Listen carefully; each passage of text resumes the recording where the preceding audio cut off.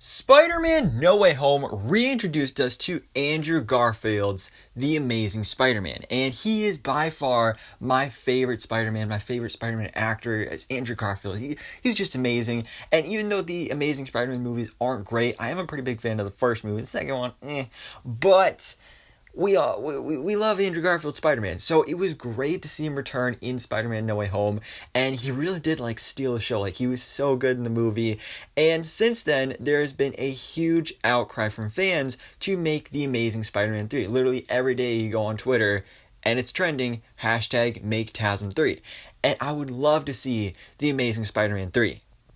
Now, is it going to happen? I don't know. We don't have any official confirmation. Obviously, there's rumors and all these scoopers saying Sony wants Andrew Garfield back for multiple projects and all this stuff. But we don't have any concrete information as of this moment right now. But I do have a theory, if they do bring back Andrew Garfield Spider-Man, of how he could be connected to all of these other Sony movies like Venom and Morbius, which we know both of those movies take place in the same universe because in the Morbius trailer, the most recent Morbius trailer, he specifically name drops Venom. So they do take place in the same universe, and Andrew Garfield could be the Spider-Man of that universe.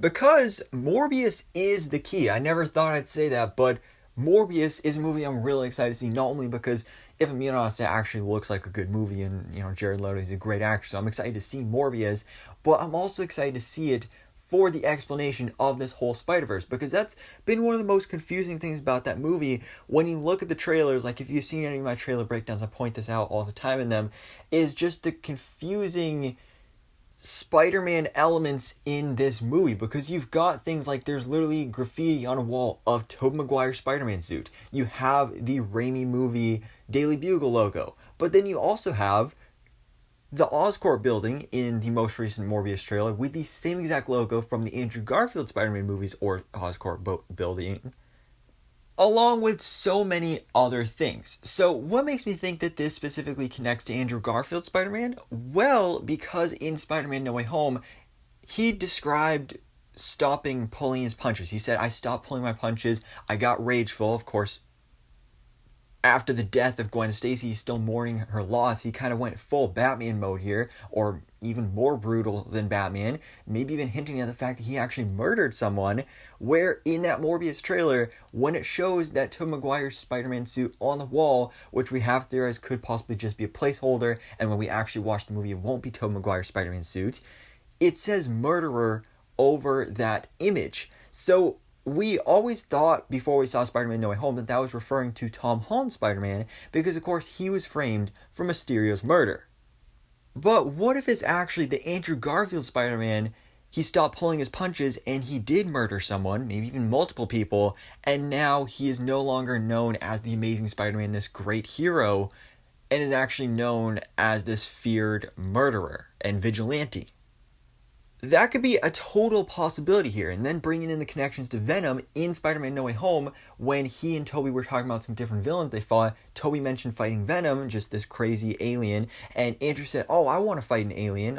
Obviously, also Tom Holland mentioned fighting Thanos, so Andrew Garfield was like, oh, I want to fight an alien. Well, that alien could be Venom, specifically Tom Hardy's Venom, who did appear in the post-credit scene for No Way Home. He was in the MCU, but as we found out, just to drop off a bit of the symbiote, which will go on to Tom Holland's Spider-Man and do that whole thing. But then he was transported back to his universe. So maybe, now that he knows about Spider-Man, especially given the symbiote's hive mind that we're just finding out about in these post-credit scenes, maybe he gets back to his universe and he goes to find Spider-Man, and when he gets to New York and he finds Spider-Man, it's Andrew Garfield Spider-Man and not Tom Holland. This is something I've talked about in multiple other videos, specifically my post-credit scene breakdown for that Venom post-credit scene for Spider-Man No Way Home. I talked about how this could be a big possibility, and I would love to see that, especially given the circumstances here. It just makes so much sense to do The Amazing Spider-Man 3, explore Andrew Garfield's storyline post-Gwen's death with Venom, have finally that fight between Tom Hardy's Venom and Spider-Man, specifically Andrew Garfield Spider-Man, because he's in such a dark spot right now after Gwen Stacy's death, feeling the guilt of that. You see, Spider-Man No Way Home takes place years after The Amazing Spider-Man 2, but he's still grieving. He's still feeling that loss. He's still feeling the effect of Gwen's death. He stopped pulling his punches, so he's in a really vulnerable spot for the symbiote to take over and for him to get into some really even darker stuff. And really just seeing a darker Spider-Man in general, I think would be a lot of fun, because we've seen, you know, hints of that in the other Spider-Man movies when, for example, specifically with Andrew Garfield Spider Man, really going on a manhunt to try and find Uncle Ben's killer. I think that would be really cool to see that explored with him already being in this dark spot, and then seeing the symbiote take over would just be absolutely insane and mind-blowing to see.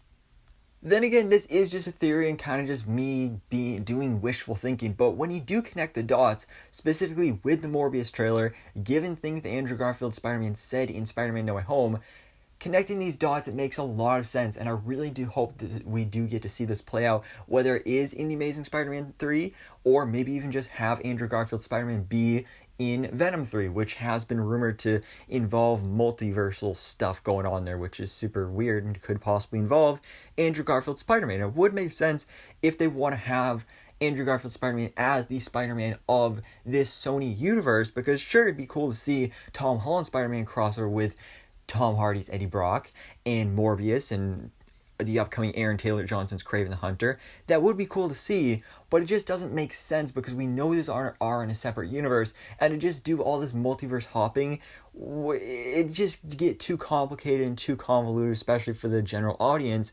So I think to keep things simple, have their own Spider-Man in the Sony movies, and then have Tom Holland be a separate Spider-Man in the MCU, where you could even do MCU versions of Venom, their own MCU Eddie Brock, their own MCU Kraven the Hunter, their own MCU Morbius, and all that stuff, which again would be still a little confusing, but at least you would have that separation at the same time.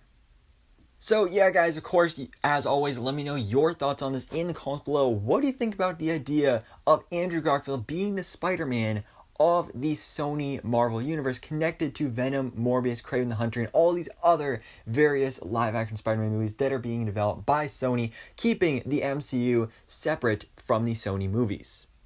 Let me know if you agree with my theory, or if you have any theories of your own.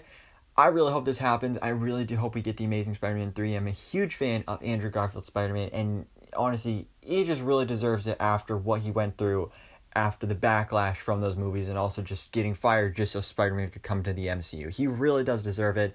And guys, that's really want to see. I want to see this happen. And also, one last thing I did want to mention. This is my last video of 2021 on the Marvel Life. So it's been a great year. Look forward to 2022. So I'll see you guys there. So anyways, thanks so much for watching. Please drop a like if you enjoyed this video. And